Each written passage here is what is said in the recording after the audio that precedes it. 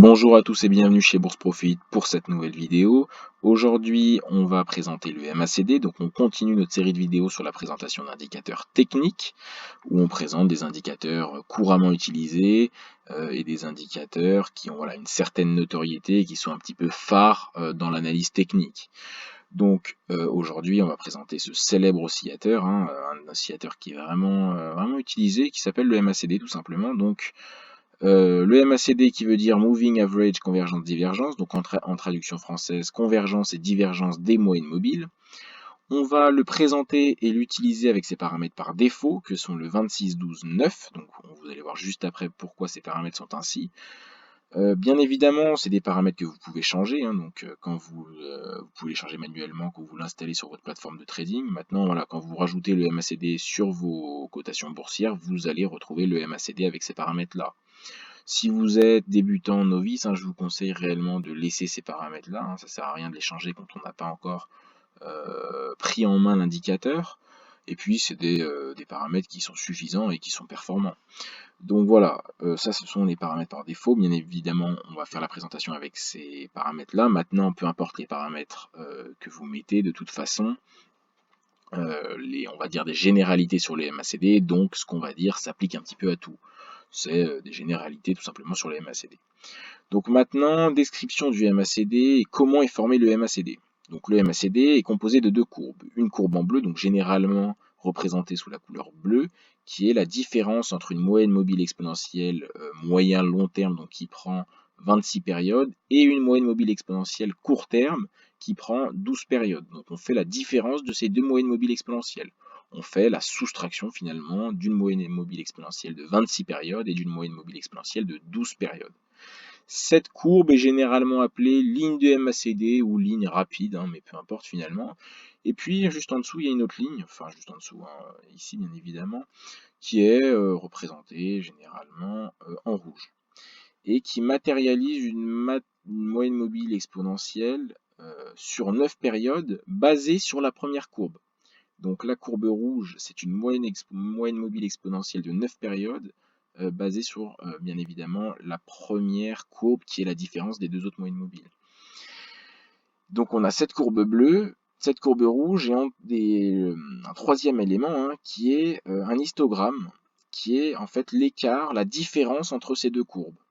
Et donc cet histogramme est soit positif, soit négatif, on va le voir juste dans l'exemple là. Donc là, voilà, on a une cotation boursière et on a ajouté le MACD. Donc le MACD, on voit les deux courbes et on voit l'histogramme. Donc là, on a la courbe en bleu qui est la soustraction entre deux moyennes mobiles exponentielles, une un peu long terme, une un peu plus court terme.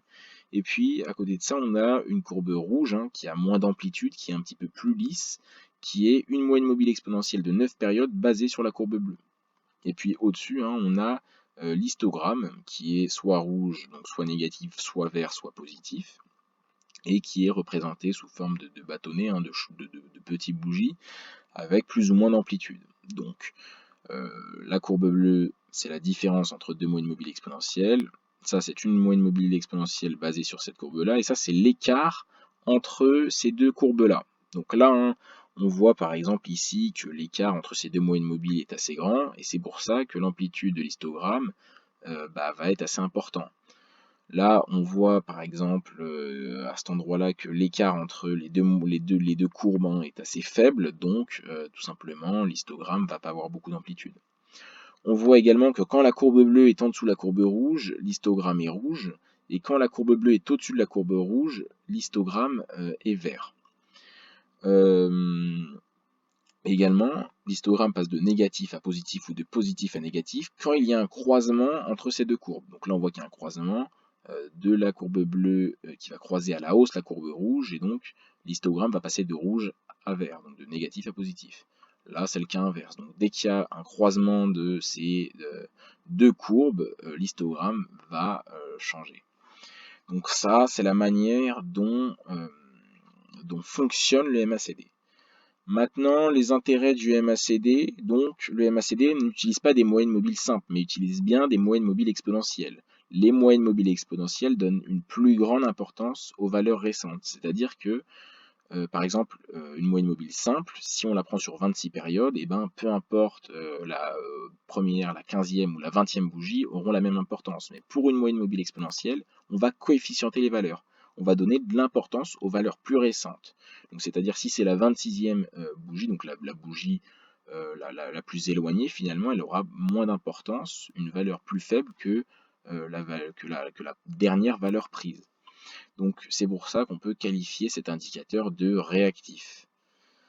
Maintenant, voilà, c'est un petit peu la contrepartie, hein, la réactivité du MACD peut engendrer des faux signaux. Alors, faux signaux, c'est plus ou moins le terme, mais c'est-à-dire que voilà, l'indicateur est un petit peu réactif, un peu nerveux, donc forcément, on ne prend pas tout au pied de la lettre. Maintenant, on traite le MACD comme tous les autres indicateurs, hein, je l'ai dit dans la série de vidéos, mais on ne traite pas simplement avec le MACD, hein, on ne peut pas baser toute une stratégie simplement sur le MACD.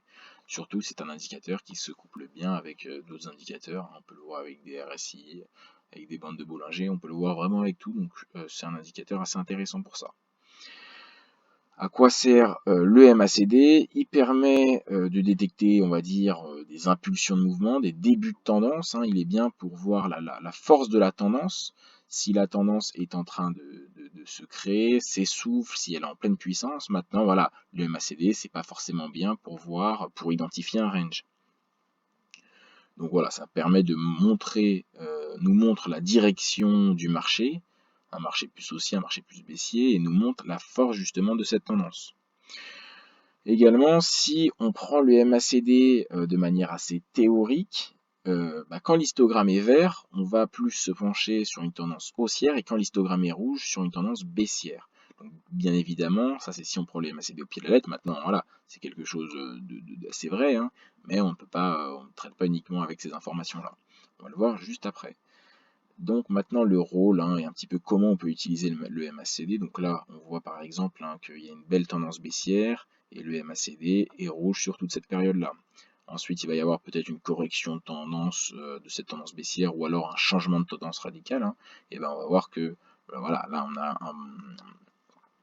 un mouvement haussier et d'ailleurs on voit que le MACD est vert. Là, pareil, on voit voilà, que la tendance est haussière, le MACD est vert. Maintenant, là, on a du mal à définir la tendance, on est un petit peu dans une sorte de range. Comme je l'ai dit tout à l'heure, c'est pas l'idéal. Le MACD n'est pas voilà, dans son environnement, un environnement propice. Donc, comment utiliser le MACD? Là, on peut l'utiliser, c'est pour observer les croisements de ces deux courbes, donc de la courbe bleue et de la courbe rouge. Je dis également que le croisement de ces deux courbes-là revient à regarder le fait que l'histogramme passe de négatif à positif ou de positif à négatif. C'est à peu près la même chose finalement.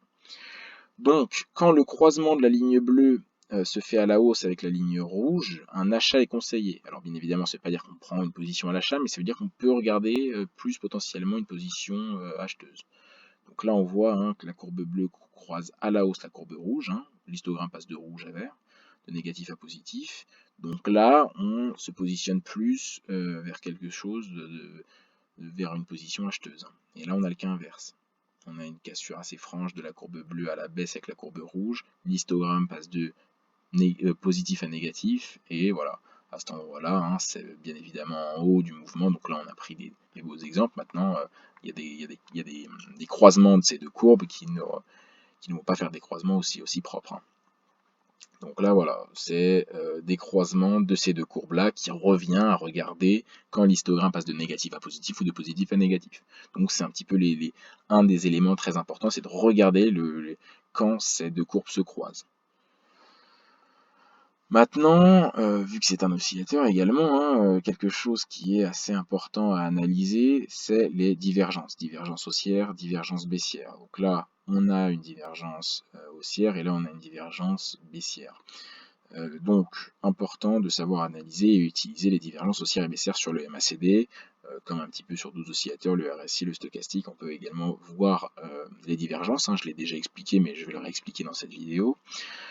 Parce que c'est quelque chose qu'on peut utiliser assez correctement avec le MACD. Donc là, on voit, donc on peut tracer un support, hein, un peu oblique. Donc on voit que le marché va tester une fois ici, il va venir peut-être un peu retravailler cette zone-là, et une troisième fois ici, un support, hein, qui est baissier.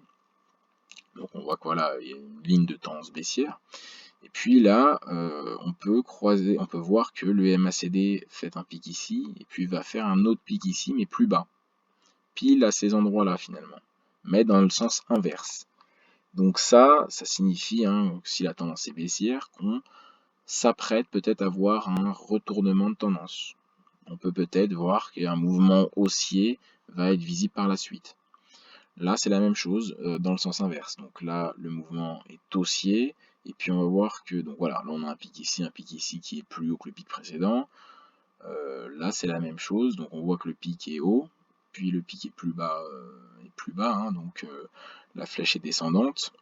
Et donc potentiellement, un retournement de tendance est en préparation. Donc ce mouvement haussier pourrait voir un mouvement baissier par la suite, ou peut-être simplement une correction, mais voilà, donc ça c'est de cette manière-là, donc on l'a déjà dit pour les RSI, hein, et on va le traiter également pour les stochastiques dans une prochaine vidéo. Mais ça c'est les divergences, c'est vraiment un classique, c'est quelque chose d'assez efficace, d'assez commun, de très regardé chez les traders. Donc voilà, une divergence, hein, c'est quand finalement la cotation et l'oscillateur ne vont pas dans le même sens, hein. Donc voilà pour l'utilisation du MACD et des généralités sur cet indicateur-là. J'espère donc que cette vidéo vous a plu, hein. Si c'est le cas, likez la vidéo, abonnez-vous, hein, parce qu'on sort 2 vidéos par semaine, une le mercredi, une le dimanche. Vous pouvez également suivre notre page Instagram où on poste une publication, excusez-moi, par jour, hein, donc une publication quotidienne, et également notre site internet, tout est dans la description. Merci de m'avoir écouté et à une prochaine vidéo.